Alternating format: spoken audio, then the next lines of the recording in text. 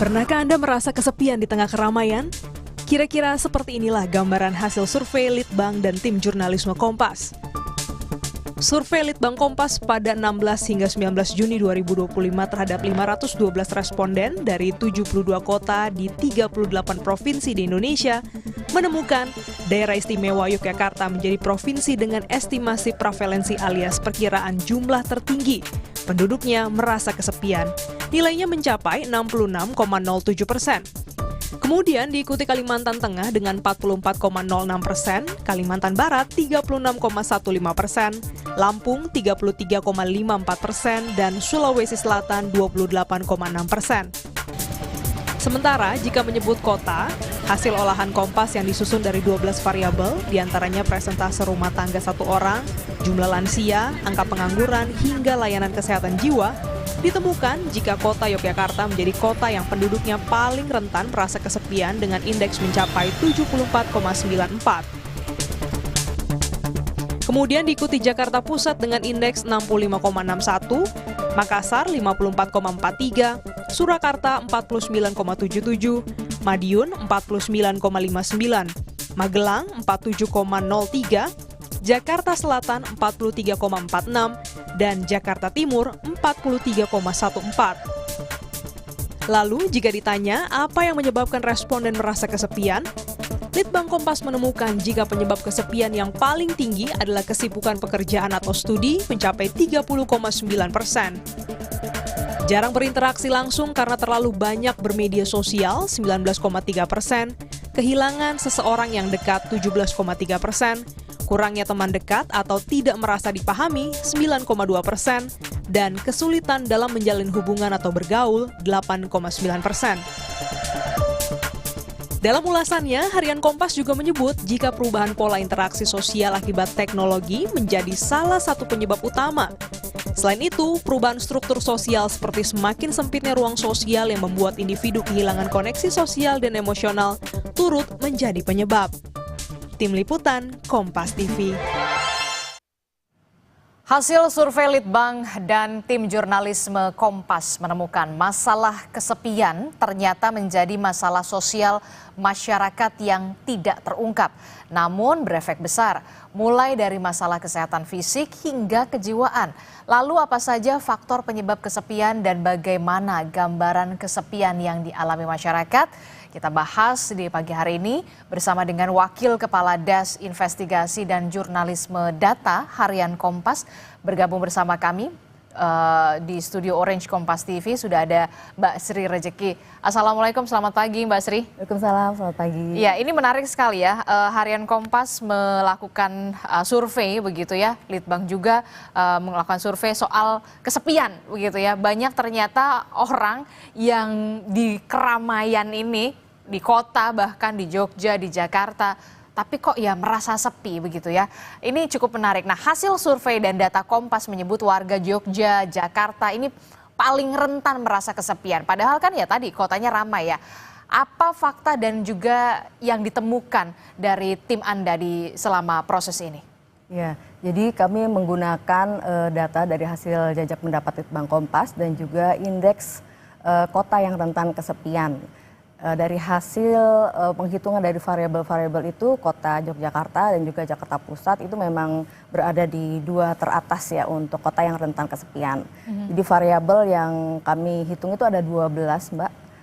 Memang berat di jumlah warga yang tinggal sendiri. Kebetulan kalau Yogyakarta kan seperti kita ketahui dia kota pelajar ya, jadi banyak pelajar atau mahasiswa yang datang ke sana untuk bersekolah, berkuliah, sehingga menyebabkan jumlah warga yang tinggal sendiri di sana, one person household itu tinggi di sana. Itu salah satu variabel yang menempatkan Jogja di posisi puncak. Selain juga variabel lain seperti misalnya jumlah lansia yang di sana juga banyak, kemudian ada angka pengangguran, ada juga jumlah proporsi lajang ya di sana, dan juga long distance marriage gitu. Jadi ada beberapa faktornya, salah satunya tadi anak mahasiswa begitu ya. Betul. Mahasiswa yang ngekos di Jogja karena memang menempuh pendidikan di universitas salah satunya mungkin di UGM begitu ya, termasuk juga lansia di sana, terus long distance marriage juga di sana menjadi faktor mengapa Jogja jadi tempat yang kemudian banyak sekali orang yang merasa kesepian begitu ya. Nah, yang kita juga lakukan adalah begini, dari kota-kota yang rentan kesepian kan indeksnya ini yang paling tinggi tadi Anda sebutkan ada Jogja, yang kemudian yang kedua juga saya agak heran begitu ya, kenapa Jakarta Pusat? Nah, ini yang jadi pertanyaan. Ada juga Makassar, Surakarta, dan Madiun. Temuan faktor penyebab kesepian yang paling dominan. Kalau tadi Anda menyebutkan kalau di Jogja oke lah, make sense begitu ya. Banyak anak kosan di sana, merasa jauh dengan keluarga, jadinya merasa kesepian begitu ya. Ada lansia. Nah, kalau di Jakarta Pusat sendiri kan kita tahu, ini pusatnya Jakarta begitu ya. Banyak sekali aktivitas, ramai. Apa yang kemudian faktornya yang paling dominan? Kalau di Jakarta Pusat ini struktur demografinya sebenarnya mirip dengan Yogyakarta, hanya dia poinnya lebih kecil. Nah, cuma bedanya kalau di Jogja itu banyak mahasiswa, di Jakarta Pusat itu banyak pekerja begitu. Oh, oke. Perantau yang kemudian kerja, ya seperti kita ketahui Jakarta kan menjadi magnet ya, jadi banyak orang merantau ke Jakarta yang dia tinggal sendiri di sini, ngekos atau mungkin kontrak atau tinggal di apartemen. Nah, itu masuk juga dalam poin warga yang tinggal sendiri. Oke, itu kalau di Jakarta Pusat begitu ya, karena memang pekerja perantau dari daerah-daerah kemudian bekerja dan beraktivitas di Jakarta Pusat begitu. Ini menjadi salah satu faktor mengapa banyak orang yang dalam tanda kutip kesepian begitu ya, karena memang jauh dari keluarga. Lalu bagaimana dengan Makassar, Surakarta, dan Madiun, Mbak Sri? Ya, itu mirip Mbak sebenarnya, cuman hanya poinnya lebih kecil ya dibandingkan Yogyakarta dan Jakarta Pusat. Kemudian kalau kita lihat kota-kota penyangga Jakarta seperti misalnya Bogor itu yang Tangerang Selatan itu ada di posisi bawah itu di 30 besar kota yang rentan kesepian. Kenapa? Karena banyak keluarga baru di sana gitu sehingga hubungan kita asumsikan lebih hangat gitu ya, beda dengan orang yang tinggal sendiri, jauh dari keluarga, sering kangen, kesepian, semacam itu Mbak. Oke, nah kan kalau kita lihat ya dari hasil survei Litbang Kompas yang juga menyebut memang karena kesibukan tadi Anda sebutkan Mbak Sri, kesibukan pekerjaan dan juga studi begitu ya, menempuh pendidikan jadi faktor penyebab utama kesepian.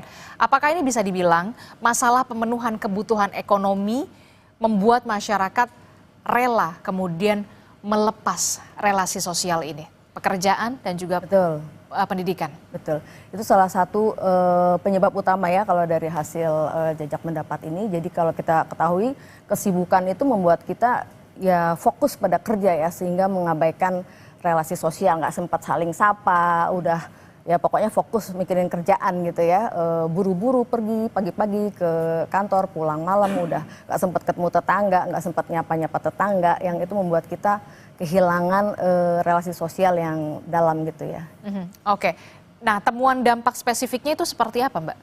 Dari orang yang kesepian begitu ya? Oke. Akibat kesepian. Jadi kesepian ini sebenarnya manusiawi aja ya. Kita juga sekali dua kali pasti kesepian ya. Nggak mungkin juga nggak kesepian. Cuma kesepian ini kalau kita biarkan berlarut-larut, dia akan menjadi sesuatu menyebabkan gangguan baik fisik maupun psikis ya. Kalau di psikis itu ya mungkin kalau kesepian terus akan menyebabkan gangguan mood, kemudian akhirnya bisa depresi sampai ekstrimnya itu membuat seseorang ingin bunuh diri semacam itu. Kemudian yang jelas seperti gangguan tidur, insomnia, GERD, sampai juga dengan penyakit-penyakit katastrofik itu juga ada korelasi dan ada kausalitasnya begitu. Misalnya seperti penyakit jantung, stroke, diabetes, hipertensi, semacam itu Mbak. Karena kan ketika kita kesepian itu kalau menurut secara ilmiah aktivasi di otak ketika orang kesepian itu sama dengan ketika kita tuh mengalami nyeri luka fisik seperti itu. Jadi itu juga bisa menyebabkan sistem imun kita menurun dan ya otomatis penyakit lebih mudah datang ya. Jadi kalau ibaratnya kalau kesepian tuh luka yang tidak berdarah. Betul. Itu yang merasa sepi begitu ya. Biasanya mungkin juga produser saya juga kan karena jauh juga merantau begitu, ngekos juga di Jakarta, mungkin juga di Jakarta Pusat begitu ya. Mungkin dia juga jadi salah satu responden ya Mbak ya. Oke, Mbak. Jadi memang kesepian itu bisa berdampak terhadap kesehatan fisik begitu yang tadi Anda sebutkan, juga bisa GERD gitu dan juga penyakit lainnya termasuk juga soal kejiwaan juga berdampak. Nah, apa solusi yang bisa ditawarkan soal untuk mengatasi kesepian? Pemerintah, khususnya kita pemerintah provinsi begitu ya, Jakarta, kemudian Yogyakarta, atau Jawa Tengah, atau beberapa kota yang memang tadi sudah Anda sebutkan ada beberapa orang atau faktor-faktor banyak orang yang merasa kesepian di saat suasana ramai. Ya. Jadi kesepian ini kan kita kurang mempunyai relasi sosial yang mendalam ya. Jadi untuk level pemerintah rasanya penyediaan ruang publik yang memungkinkan pertemuan antar anggota masyarakat sehingga bisa terjalin relasi yang dalam dan bermakna itu akan sangat membantu begitu untuk menghindari kesepian ini. Juga misalnya fasilitas-fasilitas publik seperti perpustakaan gitu ya, taman-taman atau ruang-ruang lain yang untuk mendukung terselenggaranya kegiatan komunitas itu akan sangat membantu terjadinya interaksi antar masyarakat gitu. Oke, jadi memang harus ada ruang yang lebih banyak lagi untuk bisa berkumpul begitu ya, taman-taman yang kemudian ditawarkan atau dibentuk oleh pemerintah Jakarta begitu ya, dan juga daerah lainnya. Kalau dari Kementerian Kesehatan sendiri, apa saran Anda? Kementerian Kesehatan sih mengaku memang belum menyebut secara spesifik soal kesepian ya, meskipun sebenarnya kesepian ini kan merupakan pintu gerbang dari depresi ya. Mungkin kalau depresi udah sering disebut, tapi kesepian sebagai pintu gerbangnya ini masih luput dari perhatian.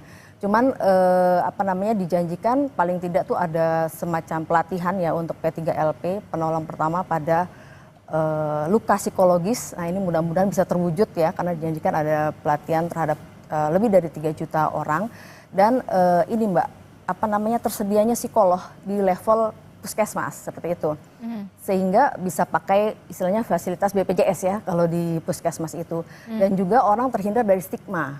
Karena masih tabu sebenarnya kalau kita ke psikolog, wah jangan-jangan kamu sakit jiwa lagi gitu kan, itu yang kemudian gangguan mental. Tapi kalau ke puskesmas kan mau kemana? Ke puskesmas gitu kan, jadi orang terhindar dari stigma itu, karena ya itu tadi masih tabu, masih dianggap melanggar norma sosial ya kalau orang yang kesepian itu, padahal kesepian itu harus kita akui ya, dan kita kalau memang butuh udah sampai depresi berarti kan kita butuh bantuan profesional seperti itu. Oke, tentu saja kita berharap nanti pemerintah juga bisa mengupayakan banyak sekali ruang terbuka hijau begitu ya, taman-taman begitu, termasuk juga soal layanan psikolog juga di tingkat puskesmas begitu ya, fasilitas kesehatan yang paling terkecil di daerah kita masing-masing. Terima kasih Kepala Des Investigasi dan Jurnalisme Data Harian Kompas, Mbak Sri Rejeki sudah bergabung dan membagi perspektifnya kepada kami semua. Terima kasih. Terima kasih Mbak.